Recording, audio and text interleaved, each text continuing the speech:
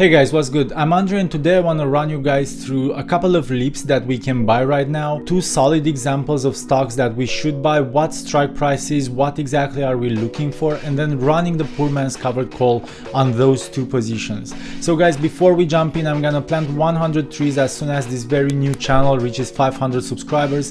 Help me out and we're gonna help the planet out as well. Okay guys, so before we get into the thick of choosing what stock to use and where to go, I want to lay out the plan. So what the goals are gonna be for what we're gonna do here. First off, we need to find a stock that we have conviction in. Do not do leaps on shit stocks. We need to make sure that the stock itself is a good one.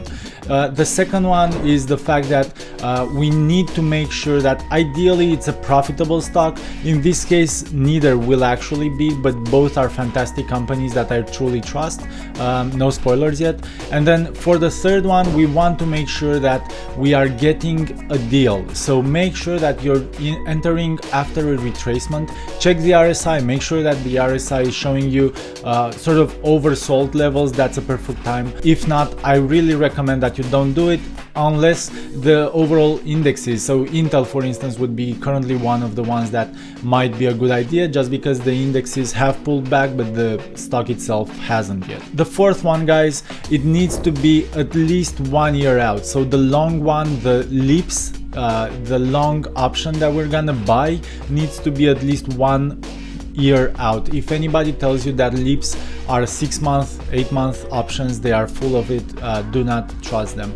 And then we need to make sure that the delta is at least 0.7. Honestly, the bigger you can get into the delta, the further in the money you can go. If you can buy a 99 delta, obviously you're fantastic and you should, but there's also a bit of a tipping point in my opinion. So I usually go for anything between 65 and 80, depending on the stock, depending on the moment. So let's look at what we actually picked today. But before we jump into that, the plan is gonna be to basically just make sure that we sell out of the money calls and reduce the cost of that leaps every 2 to 4 weeks. So the poor man's covered call portion of the strategy, we need to make sure that we only ever get called away well above our cost basis, and I'm gonna explain you how you should calculate that. And the third one here is gonna be to make money through both the theta decay on the short option as well as the long option becoming more and more profitable through the stock raising in value. So guys, let's jump into Webull and have a look at the stock here. Cool guys, so the very first one is Palantir, as you can well see. The first few things I want to say is, first, Palantir has been receiving incredible hedge fund backing throughout the last few months. I think it went from like 100 million to now 700 million shares that are held by hedge funds. So definitely a lot of backing from institutions. So I think that you just need to follow the money. It is suffering from a bit of FUD recently.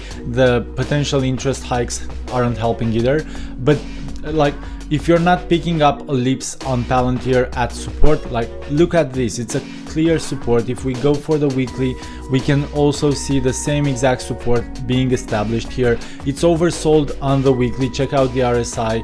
It's oversold on the daily, check out the RSI. The MACD is not looking very promising right now, but give it a couple of weeks or a couple of days rather, and I think it's gonna look a different story. So guys, how do we get started? I actually really enjoy using this one tool called options profit calculator. So let's get started here, and I'm gonna get started with the long call, so the leaps. So let's just plug in Palantir in here, and I'm just gonna go ahead and buy a call. As I told you guys, I want it to be at least 1 year out. This is because I do not want to be afraid of theta eating away at our profits on the long call anytime in the next 6 months. So in order to have those sort of 4 to 6 months by when theta really is starting to ramp up quite aggressively, I want to make sure we push it out at least a year. So let's go for January 2023. And as I was saying, you guys should always pick a delta of roughly 0.7 at least. So let's have a look into Webull. And as we can see guys, we need to go roughly at a 12.5 strike price for us to be able to have a delta of 0.78. So the delta does two things. First off, it tells us the fact that we are 78% likely for this to end up a profitable trade, and the second part is that it indicates the amount of shares that your position simulates. So you're gonna kind of have 78 shares of Palantir. This also will mean the fact that as Palantir raises by $1, you're gonna make 78 cents on that dollar. So multiple ways that we can interpret the same dollar or the same data point that we get from Delta actually.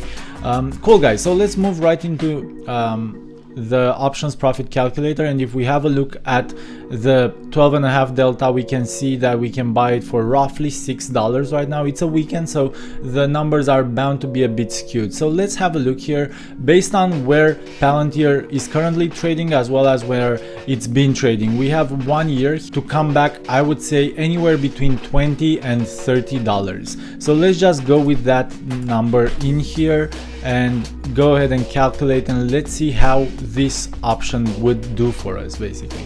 As you can see, the maximum risk right now is $600 that we're paying for this one long option, but for now we haven't done the second part of it, the selling the covered call part, so don't freak out, stay tuned, everybody will be able to afford this. And as we can see guys, if Palantir reaches just $30, a price point which I do not believe, yeah, it's been at 45 before, so it frequently was at 30 for at least 4 or 5 times throughout its history so far.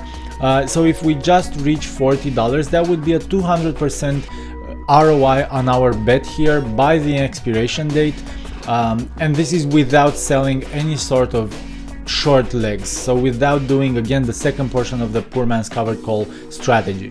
So guys, with that in mind, again being roughly at 200% ROI, I think this is pretty much a no-brainer right now for a stock like Palantir. And again, look for that second example later in the video because it's gonna be really interesting for that one as well. So guys, with that in mind, I'm gonna go back to the menu here, and I want to do a simulation for 2 legs. So we're gonna do exactly the same. We're gonna add Palantir, go ahead and go to January 2023, the 12.5 strike price, $6. I'm gonna plug it in here. Again, we're spending $600 immediately, but then we are also gonna sell a call. It's gonna be a short call, and we are going to go, it's the 8th of January right now, so I will probably avoid going the 21st here because it's a bit, I mean, let's have a look actually. So how do you actually choose a strike price? Well guys, I told you that I would be telling you about sort of the calculation of your cost basis. Well, your cost basis right now is the $16.65 that Palantir is currently trading at, plus the $6 that you're paying for the long leg here. So in total we would have to be at a cost basis of roughly $22.50 for us to be able to break even. But as you guys can see, breaking even or selling at such a high strike price would basically mean just bringing in 3 cents of premium, which means $3. It really doesn't make sense. For some of you guys that are trading on serious platforms and not Robinhood, not Webull, you are actually gonna probably pay more commissions than the actual $3 that you're gonna make. So with that in mind, and again I'm gonna go back into Webull on the 21st of January and just have a look at what exactly we can go for in terms of delta. For the short leg guys, we're gonna want to have a look at the delta that's anywhere roughly next to 0.2. It can get as high as 0.3, but obviously the higher you go, the more risky it becomes. So for that date, I would definitely stick with the $18 strike price.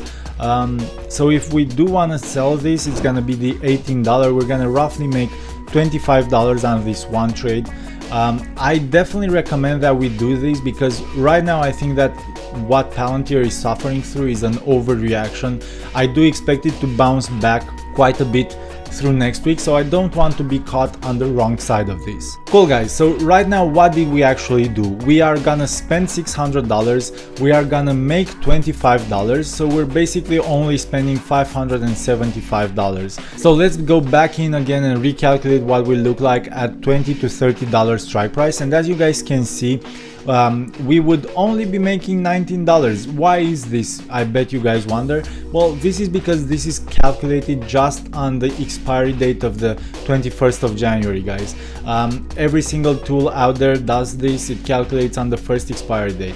So the game plan here is not gonna be to get called away. You need to be diligent and roll this option.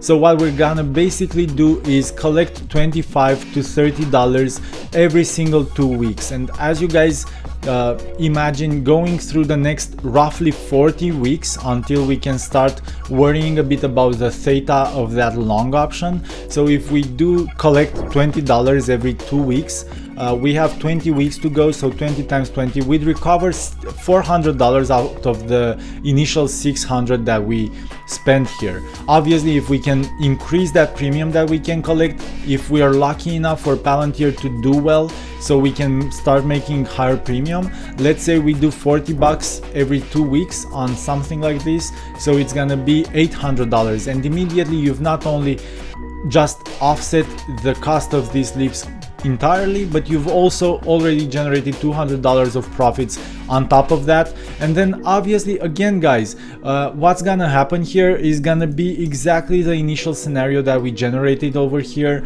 of just buying the long-term call option and then sitting on your asses, making sure that you're selling those covered calls, making sure you never get called away unless the cost basis is met, and make sure as long as your total cost here is getting smaller and smaller, let's say 3 months go by, you've already reduced this by $250, your updated cost basis will be the price that Palantir has right now, so $16.56 plus that $350 that you've been that are left basically between the 600 and what you've made up. So guys, always make sure that you do that. Let's say you do have a you were able to collect $250 in premium. That said, you're gonna be at $20, so 16.5 plus the 3.5 from over here after you reduce the premium you've collected. So everything on top will be gravy basically, guys. All you need to do is that when you do sell these covered calls, you never get called away unless that basis is met, because otherwise you're gonna be in the red. Guys, for the second example, please make sure that you click on this video here. The example is on a very cool stock, SOFI. Let me know if you have any questions below. Do subscribe if you enjoyed the content, and I'll catch you guys next time. Take care.